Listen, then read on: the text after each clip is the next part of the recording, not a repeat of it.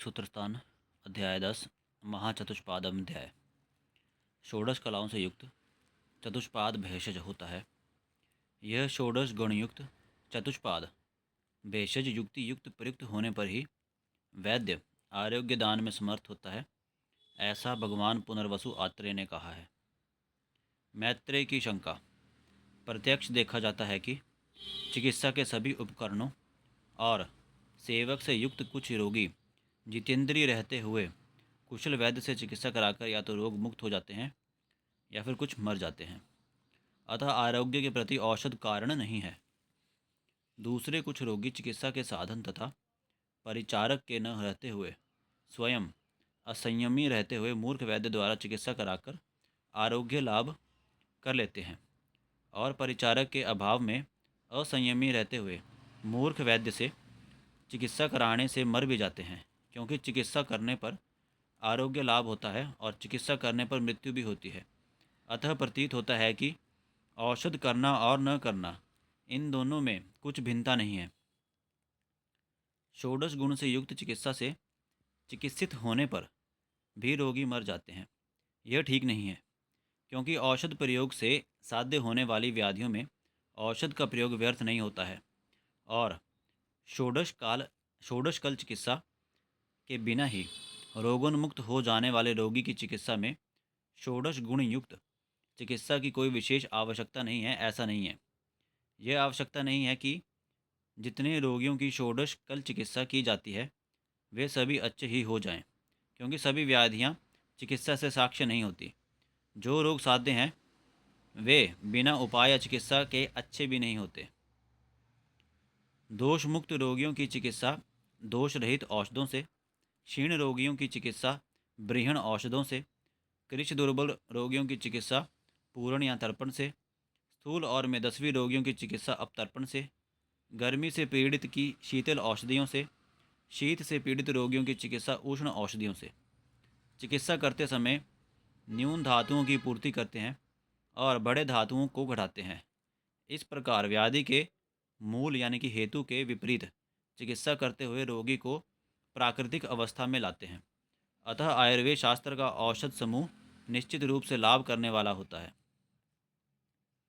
जो वैद्य असाध्य रोगों की चिकित्सा करता है वह निश्चित ही अर्थ की हानि, विद्या की अप्रतिष्ठा, यश की हानि, निंदा का पात्र और रोगियों का संग्रह नहीं कर पाता।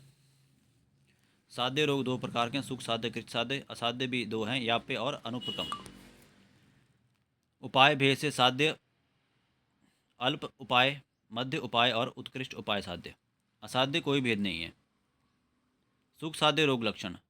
रोग के हेतु पूर्व रूप रूप अल्प मात्रा के हों, दोष दुष्ट समान गुण वाले न हों, रोगोत्पादक दोष रोगी की प्रकृति के अनुसार न हो, मूल दोष के स्वाभाविक रूप से बिगड़ने का समय न हो, देश चिकित्सा करने से कठिनाई उत्पन्न करने वाला न हो, रोग एक गति वाला हो यानी कि ऊर्ध्व अधः,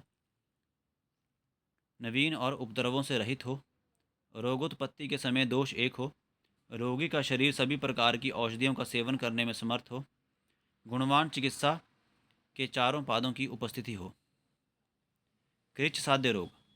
जिस रोग में हेतु पूर्व रूप और रूप का मध्यम बल हो, समय प्रकृति और दूष्य इसमें किसी एक की समानता रोगोत्पादक दोष से मिलती हो, गर्भिणी वृद्ध बालक का रोग अत्यधिक उपद्रव न हो, जो शस्त्र क्षार अग्निक्रिया के द्वारा चिकित्सित हो, पुराना रोग, कठिन देश में जैसे मर्म स्थान या जंगली देश में, वात पित्त का रोग या अधः शाखा कोष्ठ या मर्मस्थि संधिगत एक ही मार्ग का रोग हो पर चतुष्पाद की प्राप्ति न हो, दो मार्गों में रोग हो किंतु अधिक पुराना न हो, और जो रोग दो दोषों से उत्पन्न हो।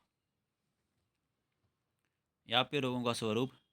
आयु के शेष रहने के कारण पथ्य आहार विहार के सेवन से थोड़ा अच्छा होकर पुनः थोड़े ही कारण से जो भयानक रूप में बढ़ जाए, जिस रोग में गंभीर धातुओं में दोष चले गए हों, अनेक रस रक्त आदि धातुओं में दोष प्रविष्ट हो गए हों, मर्म संधियों में दोषों का आश्रय हो गया हो, जो रोग बार बार दौरे के रूप में आता हो या बहुत दिनों से चला आता हो, तथा जो दो दोषों से उत्पन्न हो, ऐसे सब असाध्य रोग याप्य होते हैं।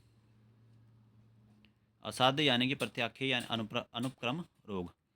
जो रोग गंभीर हो, अनेक रस रक्त आदि धातुओं में आश्रित हों, त्रिदोषज हों, जिनकी युक्ति युक्त चिकित्सा करने पर भी लाभ न होता हो, जिस रोग में दोष अपने सभी मार्गों ऊर्ध्व अधः तिर्यक शाखा कोष्ठ मर्म अस्थि संधि में आश्रित हो गए हों, बार बार उत्सुकता अर्थी मोह और इंद्रियों की शक्ति का नाश हो जाता हो, पुरुष दुर्बल हो और व्याधि की शक्ति प्रबल हो और अरिष्ट के लक्षण उपस्थित हों, वह रोग असाध्य होता है। बुद्धिमान वैद्य को चाहिए कि वह रोगों में उनके साध्य असाध्य या पे आदि लक्षणों की परीक्षा कर साध्य रोगों में चिकित्सा कर्म का प्रारंभ करें।